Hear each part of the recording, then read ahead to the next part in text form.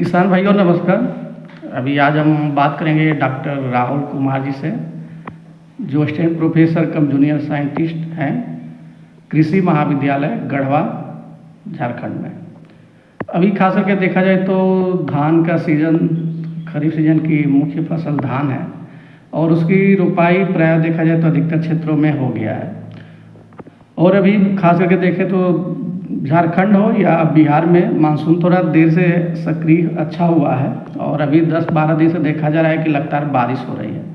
तो अभी के जो सीज़न आने वाला है, क्योंकि देख रहे हैं कि दिन में थोड़ा उमस भरी गर्मी भी पड़ रहा है, तो अभी थोड़ा धान में लगने वाले रोग बीमारी और कीड़ों के बारे में हम थोड़ा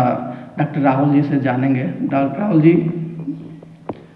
किसान भाइयों, आप सभी को नमस्कार। मैं डॉक्टर राहुल कुमार कृषि महाविद्यालय गढ़वा में सहायक प्राध्यापक सह खनिज वैज्ञानिक के पद पर कार्यरत हूँ। मैं आप सभी से चर्चा करना चाहता हूँ धान की फसल में लगने वाले रोगों के बारे में। जैसा कि आप सभी जानते हैं कि जब खरीफ फसल की बात करते हैं तो उसमें हमारे खास तौर से बिहार, झारखंड में जो उत्तर भारत का क्षेत्र है, बंगाल,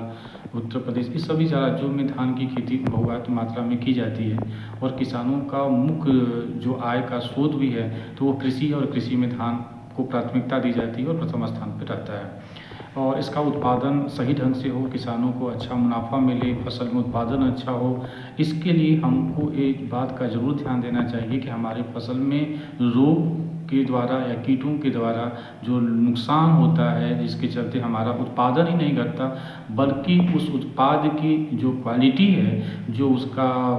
क्वांटिटी है और साथ ही साथ जो उसका मॉर्फोलॉजिकल जो जिसको हम कहते हैं कि वह संरचना, जिसको हम देख करके समझते हैं कि सामान, ये प्रोडक्ट, ये उत्पाद प्रभावित है, संक्रमित है, उसका बाजार मूल्य भी सही ढंग से नहीं मिल पाता है। तो इन तमाम तरह का अनुमान के आधार पर किसानों को काफ़ी नुकसान होता है। तो हम अगर कुछ सावधानियां बरतें, कुछ ऐसा उपाय करें जिसके चलते कम से कम बीमारी ना आए। तो बहुत सारी बीमारियां हैं जिसके चलते धान का उत्पादन प्रभावित होता है और मैं ये बताना चाहता हूँ कि धान के फसल के में लगने वाले रोग में दो प्रमुख कारक हैं जिसके चलते धान में बीमारी आती है। एक कारक होता है जीवाणु और एक कारक होता है फंगस, जिसको हम कवक भी कहते हैं।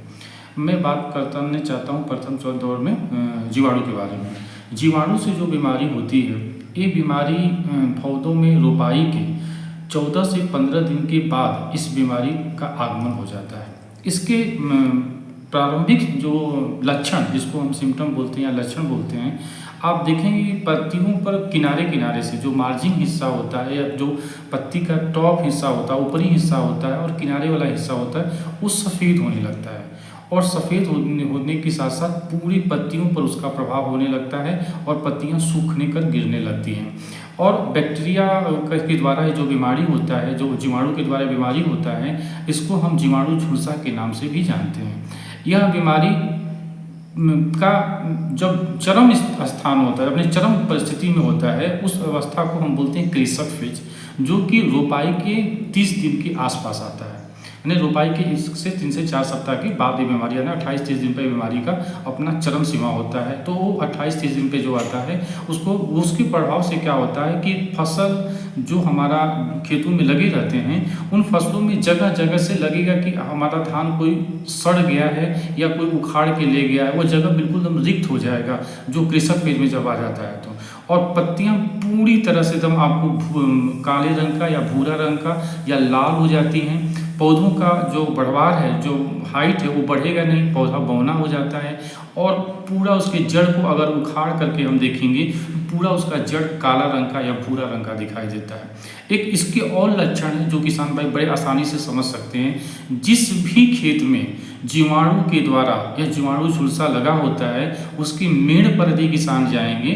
तो उसके मेड़ पे जाने पर हम उन्हें एक स्मेल आएगी, एक बदबू आती है जो बहुत ही इरिटेटिंग, बहुत ही मतलब अजीबोगरीब महक होती है, जिसको आप पसंद नहीं करोगे। इरिटेटिंग महसूस होती है, गंदी बदबू आती है, जिसके चलते वो किसान जो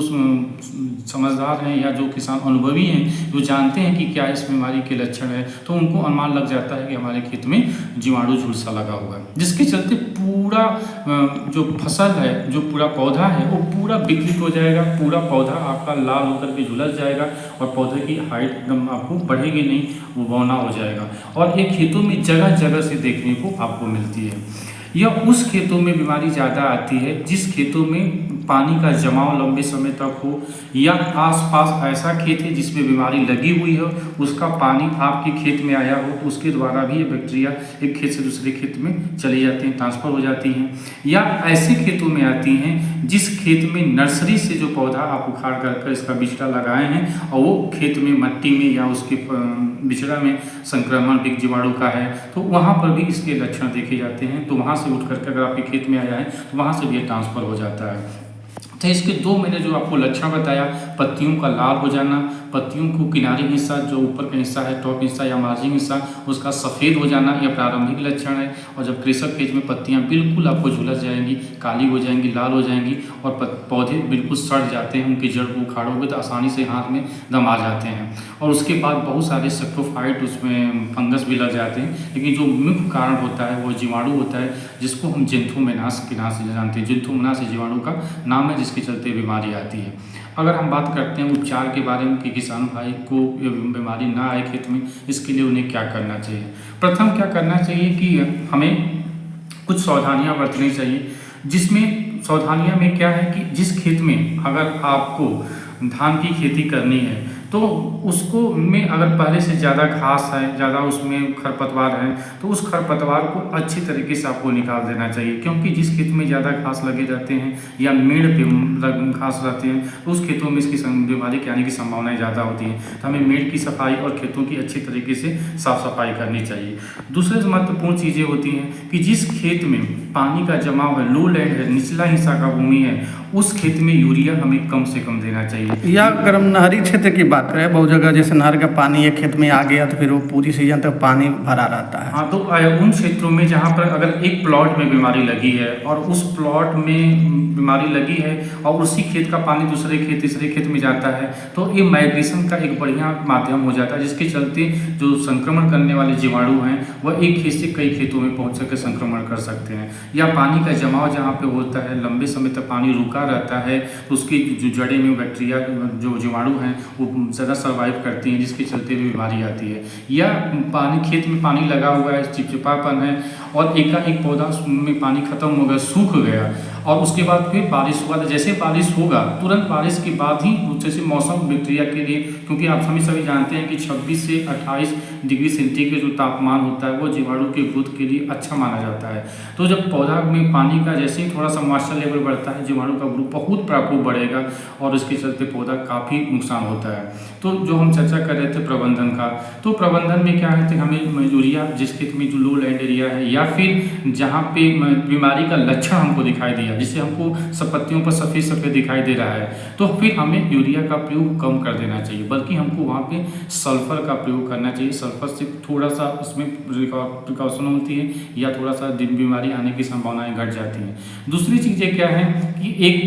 बहुत ही इसकी कॉमन दवा है जो बाज़ार में कहीं पर भी आमतौर पर मिल जाती है, एक है स्ट्रेप्टोमाइसिन और दूसरा जो एंटीबायोटिक है, दूसरा है कॉपर ऑक्सीक्लोराइड। इन दोनों का मिश्रण बना करके हमको खेतों में रोपाई से पूर्व पौधों की जड़ों को उपचार कर देना चाहिए। इसके लिए हमें क्या करना है कि 2 से 300 ppm स्ट्रेप्टोमाइसिन का और 0.1% फंजीसाइड्स का दोनों का घोल बना करके हमें उसके जड़ को 2 से 3 घंटे तक पानी में उसके घोल को जड़ को रख देना चाहिए। उसके बाद रोपाई करना चाहिए। अगर हमें किसान जो बड़े किसान हैं उनके लिए पॉसिबल नहीं है तो फिर क्या करना चाहिए कि रोपाई करने के बाद अगर थोड़ा भी उनको खेतों में लगता है या पहले पूर्व साल उनके खेतों में इस तरह की बीमारी आई है तो उन्हें प्रिकॉशन के डोज पे एक बार 300 ppm स्ट्रेप्टोमाइसिन और 0.3% कॉपर ऑक्सीक्लोराइड दोनों का घोल एक साथ मिला करके एक बार स्प्रे कर देंगे तो बीमारी आने की संभावनाएं काफ़ी कम हो जाएंगी। तीसरी संभावना विचार हम ये कर सकते हैं कि जिस खेत में बीमारी आई हुई थी पहले